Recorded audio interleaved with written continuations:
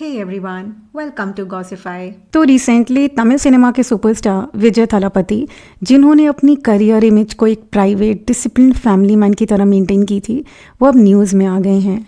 Reason कोई movie या political announcement नहीं है, बल्कि उनकी पर्सनल लाइफ से जुड़ी एक कंट्रोवर्सी है।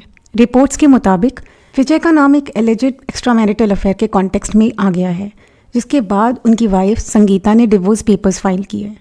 डिवोर्स फाइल करना एक चीज़ होती है, लेकिन जो एलिगेशंस और डिटेल्स उन लीगल डॉक्यूमेंट्स में लिखी गई हैं, उन्होंने पब्लिक डिस्कोर्स को और कम्प्लीटली शिफ्ट कर दिया है।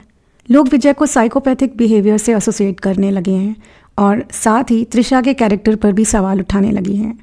इस एंटायर सिचुएशन को समझने के लिए विजय और संगीता के रिलेशनशिप बैकग्राउंड को समझना ज़रूरी है। विजय, जिनका फुल नेम जोसेफ विजय चंद्रशेखर है, तमिल सिनेमा का एक स्टैब्लिश्ड एक्टर और पॉलिटिशियन है।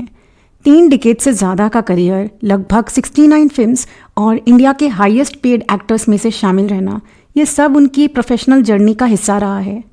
बॉलीवुड का हिस्सा ना होने के बावजूद साउथ इंडियन सिनेमा में उनका इन्फ्लुएंस मैसिव रहा है। संगीता के साथ विजय की शादी 1999 में हुई थी। ये कोई dramatic Bollywood style love story नहीं थी, बल्कि लार्जली अरेंज्ड सेटअप के थ्रू हुई थी।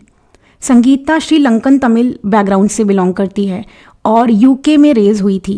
रिपोर्ट्स के अकॉर्डिंग शादी से पहले वो विजय की फ़ैन भी रह चुकी है।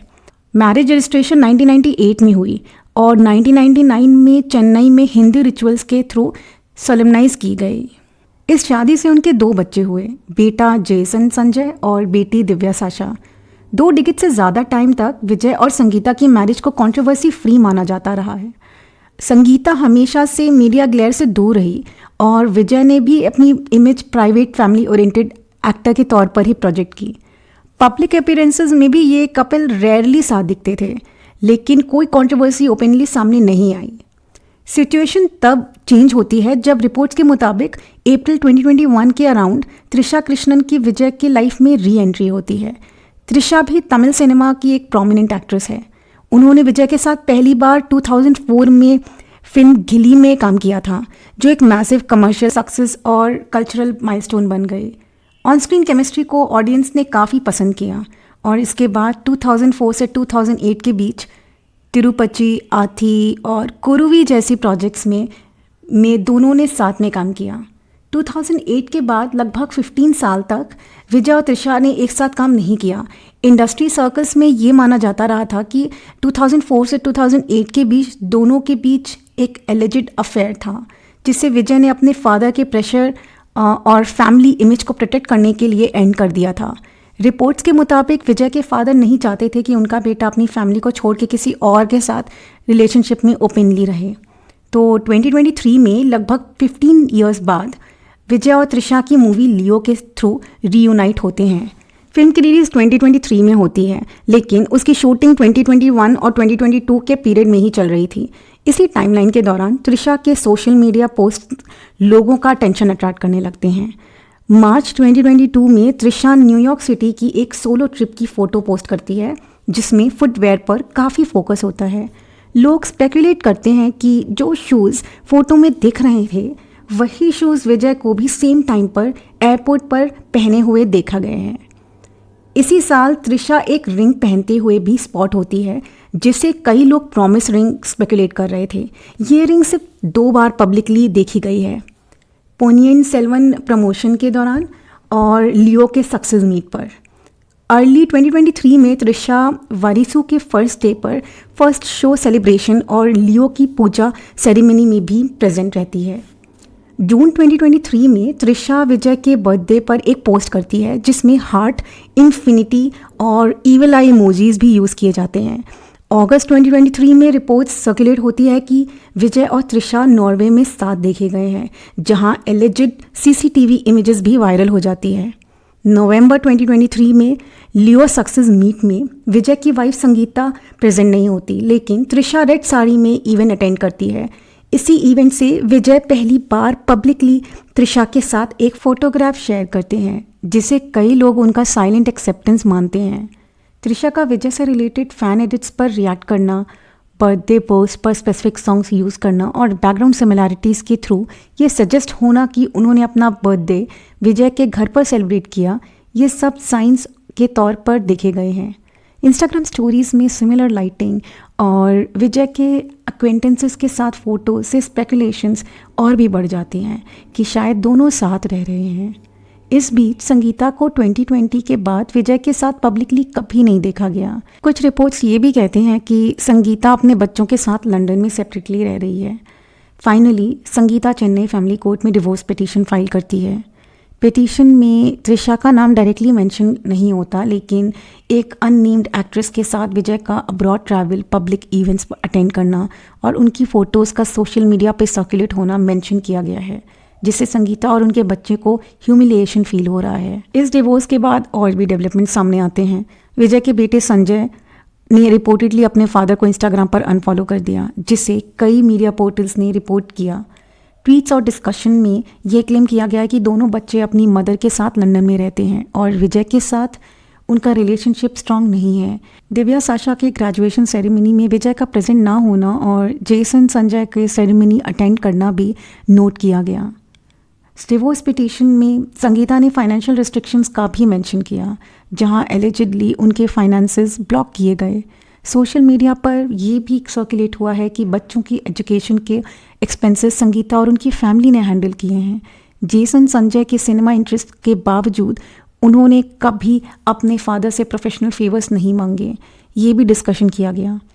तमिल सिंगर सुचित्रा का एक इंटरव्यू ने कंट्रोवर्सी को और भी इंटेंसिफाई कर दिया, जहां उन्होंने क्लेम किया कि विजय एलिजिडली ड्रंक स्टेट में संगीता के साथ वायलेंट बिहेवियर करते थे बच्चों के सामने। ये एलिगेशंस वेरीफाइड नहीं हैं, लेकिन पब्लिक डिस्कोर्स का हिस्सा बन गए हैं। संगीता का डिवोर्स पिटीशन के मुताबिक अप्रैल 2021 में उन्होंने विजय के एलिजिड एडल्ट्रस रिलेशनशिप के बारे में पता चला।